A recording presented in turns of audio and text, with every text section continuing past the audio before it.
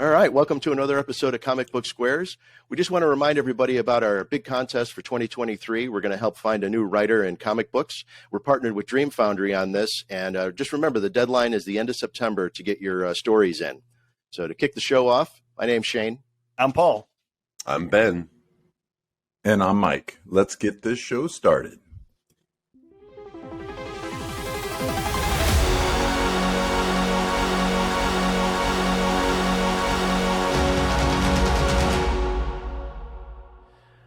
All right, welcome to another episode of Comic Book Squares. My name's Shane, and we're going to do another single interview today. And introduce you to Dominic. Just tell us a little bit about yourself and about your project. Hey, what's up? Thanks for having me again, Shane. I know we spoke previous to this, but so my name's Dominique. I go by the production name Mitch Mula. I'm a multi-platinum record producer. Worked with artists like Juice WRLD, Yo Gotti, French Montana, Lil Wayne. The list goes on. But now I have in Web3, I have a project, and it's called Lil Bitcoin and Crypto Money Records.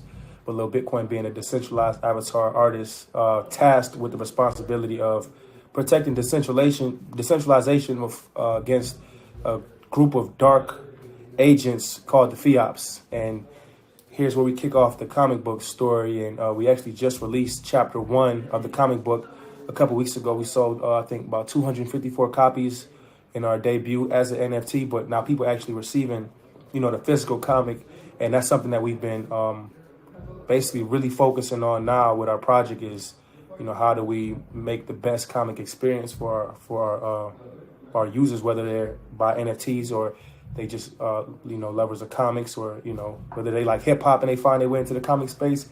How do we blend that the most natural way?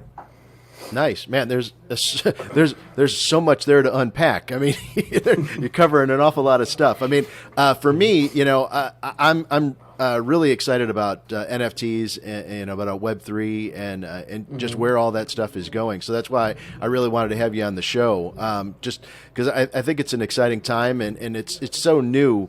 A lot of people don't even know what it can actually turn into, or where it could go. Right. I mean, what got you interested in this NFT space and moving into comic books like this? I created my partner and I created the avatar rapper Lil Bitcoin in 2017. So this is something that we had already, and the comic book aspect of it was actually built into the fabric. Like we came up with a character with the storyline, with some pieces of the storyline already built into it, like him being created by Satoshi, who is the alleged creator of Bitcoin, and his roles and responsibilities, kind of modeling him after some of our favorite comics or movies or just action heroes, so to say. So when 2021 came and NFTs it kind of took off, it was like, this is a perfect place for us to bring this comic to real life, actually launch it with respect to excuse me, all of the other things that we have going on artistically. So where you see naturally in hip hop, you'll see like artists do a 15-second trailer, or they'll do some type of graphic work, for their songs. These graphics now are turning into NFTs that people end up buying, and essentially these graphics are shorts of a web series or an animated series that we can take and turn into comic books. So it just became a place where all of these ideas are limitless, and we can really just think outside of the box.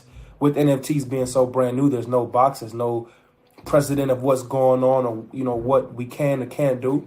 So it allows us to do everything. Lil Bitcoin is a really popping rapper that's working with Grammy-winning producers like Illmind, but he's also a superhero that's protecting decentralization and fighting against the FIOPs, and he's also selling NFTs. But coming back to the comic book story of it is, it's really giving us a place where, we can deliver.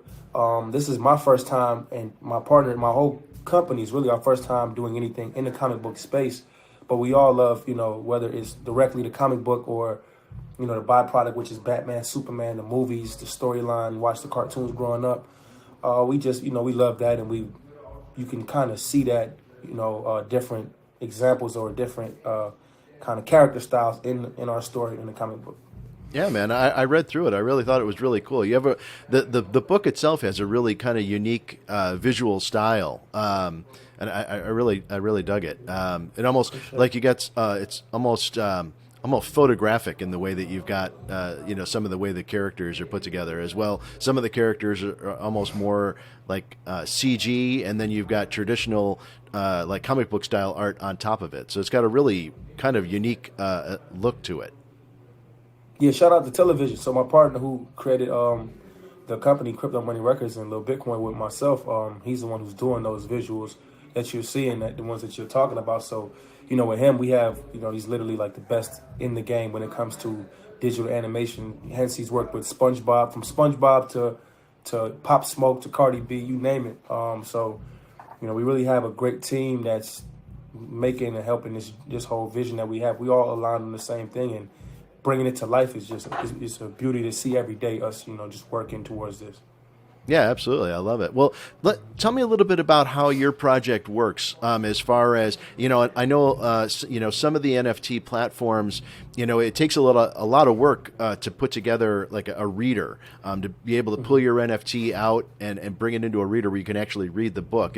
Tell me a little bit about how that process works and how you develop that. Okay, yeah, excuse me, I got a bit of a cough. I'm still getting over, but with our project is pretty.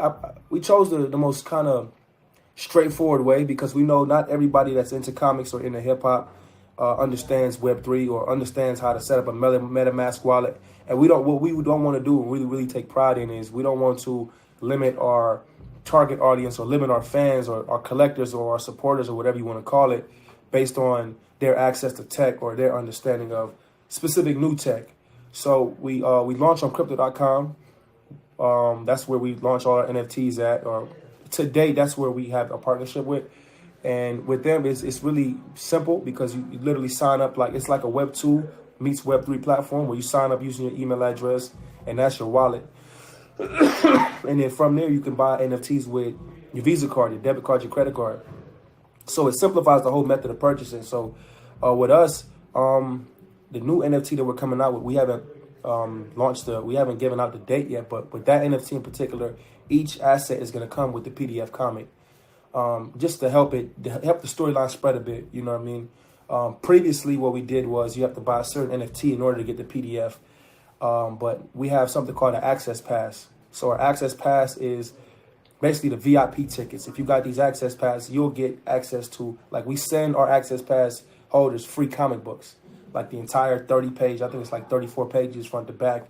We send them the entire comic book. So that's how they get access. So in all of our drops, future drops, if you hold an access pass and buy the comic book NFT, it'll literally be like chapter 1 NFT, chapter 2 NFT. You get not only the PDF version, but you get the physical copy. And our new I wish I had it with me, but our new physical copies have like a holographic cover, and we're really, diving into the comic book culture and making sure that we get it right for our, the lovers of comic books who are finding their way into NFTs. And we really want to make sure it's the experience that they're used to. It's an up-to-par experience. It's not like us, an NFT project doing comic books, but the comic books suck and the font is off and you know what I mean? Like, how do we really, and we've been consulting with, a lot of different people that know a lot about comic books. You know what I mean? Like, I know a lot about music production. If you sit down with me, I can tell you about progressions and how to structure a song. We sit down with that person when it comes to comic books to figure out how do we make this a real authentic experience for the reader. Yeah, I love it. I mean, that's like you said, earlier. It's such a new space, and everybody's kind of experimenting and finding out what works and what doesn't work. And I think it's really interesting that you're going the route of delivering a physical asset as well as the digital asset. There's definitely a lot of other platforms that are out there that are experimenting with that as well. I've been kind of dabbling in a bunch of different NFT projects just because I'm excited about it to see where things are going. And I love the idea that you're making it really simple. There's another platform out there called Vivi, and they've got comic books on their platform. And the great thing about Vivi is it's an app that you download, and you're purchasing what they call them gems, and on the back end is where all the NFT stuff happens. So you don't even have to think about it. It's not Because, like you said, a lot of people aren't familiar with how to set up a MetaMask wallet and transfer currency from one thing to another, and putting an NFT into your wallet. It can definitely get confusing for some people. Now, as far as the ownership goes, that's the one big draw for NFTs is the fact that you actually own it, and there's documentation on the blockchain that's shows your ownership. Are you allowing people to take the NFTs off platform and store them onto external wallets or sell them on like OpenSea or something like that? So that's not really that is not something that would be up to us. That's really on crypto.com and how they decide to move forward with the company and to access their grant. But that is something that we've spoken to them about. So hopefully it's something that we'll see a lot more of. I'm not sure if they are currently allowing users to do that or if that's something that's happening right now. But I know it's something that I spoke to them about.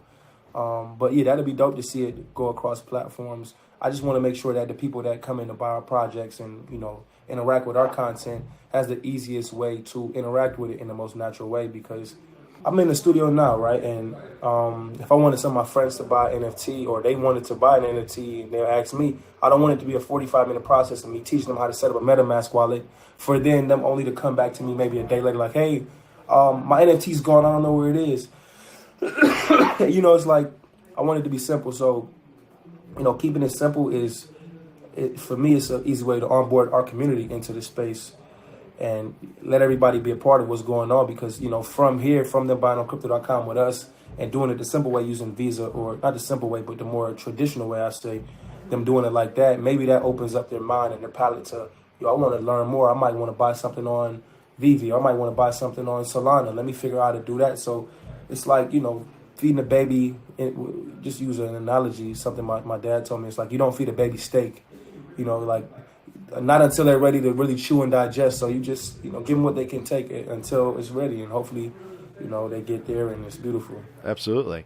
Are you thinking about expanding beyond the comic book stuff and maybe doing NFT music as well?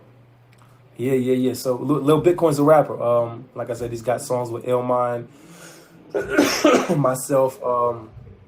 So right now, our next drop, we haven't announced this to the public, but I'll drop a few gems on here.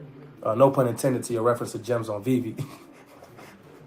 But so with our next drop, we're going to be dropping a mixtape, which will go out to all streaming platforms, and we are also going to be allowing the collectors to not buy percentages, but they'll be able to buy a certain NFT, which will allocate them percentages of the total publishing royalties in the mixtape. So, and with music is a non-depreciating asset, so when they buy the NFT, they'll literally be making money. Now, how much money they make is dependent on the success of the tape. And ultimately, if they own percentages, they can run ads and promote the song and do whatever they want to do with it. But yeah, we're dropping a mixtape with crypto.com. We haven't announced it to the public yet, but that's something that's coming next. And we will be able to literally buy a certain NFT, and that gives you a certain percentage of the mixtape. And the process that make that happen is like a bridge going from Web 3 to Web 2. And it's a seamless process. They'll literally sign up and I can't explain it all here because we have a deck that we're going to roll out to announce the actual NFT that we're dropping. But yeah, music is something that we're real big on. Lil Bitcoin's a rapper. We want him to be a charting rapper, top 10, competing with the likes of Drake, Future, Nicki Minaj, Cardi B, Ed Sheeran, Adele, all of them. So we working with, the producers that make their music currently. That's awesome. Yeah, I think the NFT space for music and musicians is really exciting, and especially for people that are just starting out. Because right now, I'm sure but to the people watching this, when you're just starting out and you're really the only way to get your music out there is through, these subscription service like Spotify or, Apple Music. And you've got to have thousands of plays of your song before you get $2. And so it's really hard to make a living without doing live shows. So the entrance of NFT music is just really exciting. I've been reading a lot of articles about people being able to, be very successful with a drop And then the other exciting thing is, in a traditional environment where you would buy a music CD, and then if you want to sell that to a record store or something like that, and then somebody buys that secondhand, you don't get a taste of that. Whereas with NFTs, if it changes hands in a marketplace, that artist can get residuals from any time it changes hands. So it's really beneficial to an upcoming artist for sure. Yeah, extremely beneficial, and it's something that with me coming from the music industry into this space, it's like, this is a no-brainer. I think there are some things that need to be worked out with music NFTs. It's like if you buy a music NFT, there's really a slim chance of that song becoming really popular due to there being a select number of people that can actually buy and listen to the NFT. Let alone it's limited to who can buy it, but then who gets to listen to it, how easy is the method of listening to it. Hence, this is why we decided to do ours with crossing platforms or crossing Web 2 and Web 3 because it'd be cool to own this, because technically what we're dropping isn't a music NFT, it's an NFT, but it gives you ownership of the music. So it's like how you have a smart contract. I call it a dumb contract, where we have to actually pencil in the information, but you do have ownership of this. It's transferable, but it's not transferable in the sense of, you put it on the blockchain, somebody sells it, it's automatically, like, it's not that seamless, but this is where we're at right now with the tech. And, hopefully one day Spotify and Apple and these companies integrate Web3 so we can do this drop more seamlessly. But, like I said, with this space, there's no rubric or there's no precedent set to how things are done. So it's up to projects like us, the builders, to literally come in and try new things.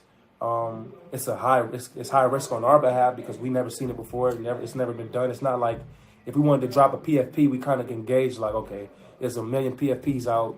We can style it out. There's no layout of how to do this, but we do want to make sure that our listeners have a great experience and they can also have ownership in what we dropping because they were from the beginning. Well, man, I just think it's super cool that you're, educating yourself and getting involved in this space because you're ahead of the curve by a mile, by so many other people that aren't even aware of what's going on. So I think it's awesome. I'm really happy for you. How are you getting the word out for to people? Because it's such a new thing and people aren't really even aware of what it is. How are you getting the word out to people? So that's something that we've been kind of experimenting with the project. We've been, promoting on Twitter. Most of it, believe it or not, is just grassroots. It's word of mouth. A lot of it is word of mouth. People are just talking about the project. And that's kind of, it's been working for us organically. We've been able to sell or generate over $2 million in NFT sales.